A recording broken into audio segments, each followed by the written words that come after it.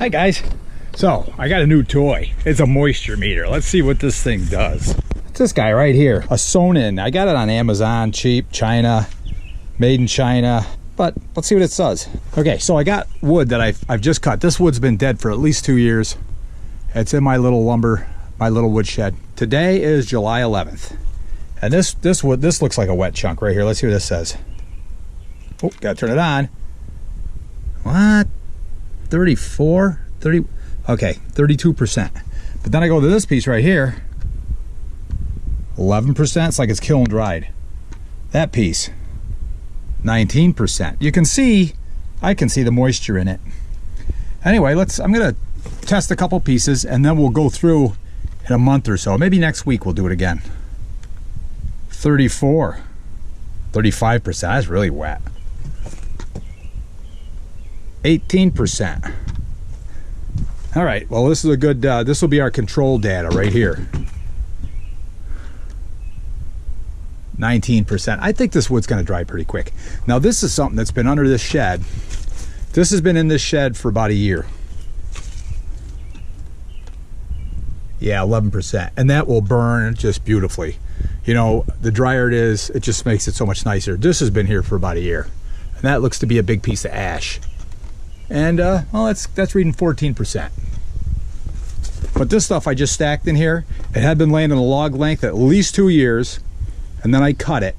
And as you can see, there's dry spots and wet spots. But I cut it and split it, and I only cut to about a foot, actually more like 9 or 10 inches. And that seems to work the best, because of my little Bengal Blue Jet cook stove. Okay guys, we'll come back to this and see what the difference is after about a week. Hey guys, you've tripped into the John Freitag channel.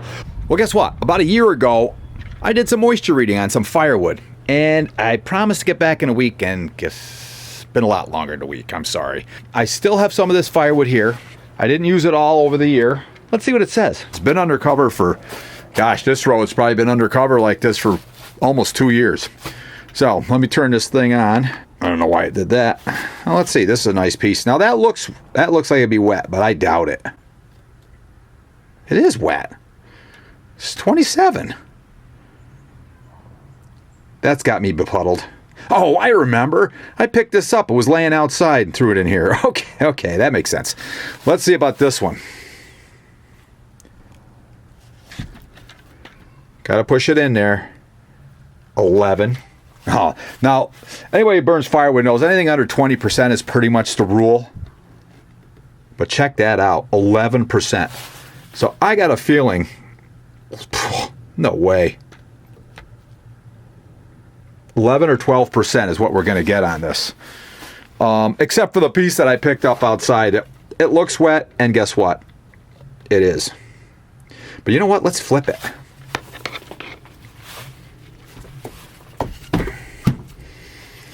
Let's see what this end says. Okay, we got 19 or 20 on this side, not 27. So this didn't lay out for long. It was under that tarp, but this one's not really that bad a piece of wood. So let's see. We've got mostly anything that's been under this roof for a year and a half or 2 years is reading 11 or 12%. And that is just fantastic. And I can attest to that because it just burns so nice. Like last night, I got up a little late and my fire was really down. I could barely see any hot embers in there at all. And I put a little piece of like this wood right here on it and another good sized chunk. And it took a long time, but I honestly couldn't see any embers. It got going. By the time I got up this morning, I got up about 5:30. So in the span of about 3-4 hours, the thing got going again and started burning, which I don't like restarting fires if I can avoid it. So I like to have a piece that'll go overnight or, go overnight. So, and overnight for me is 5 hours. I'm up anyway. I'm to the age where you get up at night. And I also have a firewood pile here. Now this firewood pile, I put this here last year. I got it here by last August, if I remember correctly. And we're going to check some of the wood in that too. Now you can see I have a cover on it. The tarp's starting to tear and rip. So water's getting down in. Some of the pieces I find are really dry, but others are getting a little on the wet side. I do have it up on pallets, and this here would be the north side. So if we're gonna find some wet wood, I bet it's gonna be right there. So under this tarp, we've got some different wood here. We've got this stuff here that really looks dry.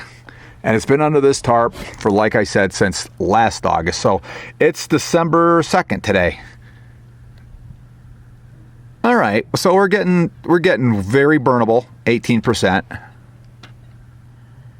19%, 14%, 15%. So evidently water is getting on some of this stuff a little bit here and there, but all this wood is really well in the burnable range. That's 16. But you see these pieces here, they're not getting covered quite well. And rain is definitely getting on top of them. Let's see what a difference that makes. This piece here is going to be especially... Oh, 21%. That's not so bad. 31%. See, you just don't know. Let's see. 31% there too. 20. But see, this one's under. It's under these other ones. These are on top. Maybe that makes a difference. Let's see what this one says. 19 to 20, but this looks wet down here. We're still good. Way down here. Ooh, this is a little punky. Can't find a solid piece. There we go. 21%. 20. And back to here. What was it again? 20. 21. 26. And this piece here, that was the wettest, I think, right? 30%. Covering wood. Tell you what, guys, makes all the difference in the world. You got to cover it. Oh, look at this. These pieces have been sitting on top for this whole duration. And we got a 35. And, oh, we got a 40. And we got a 34.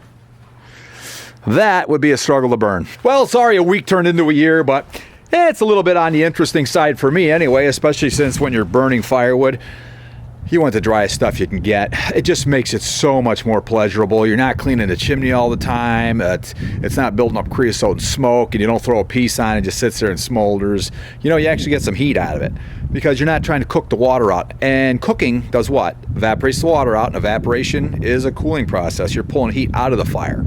I mean, that's how it works. And water just doesn't burn good. Okay, all that to say, I hope you like this video. Like, share, subscribe. See you on the next one.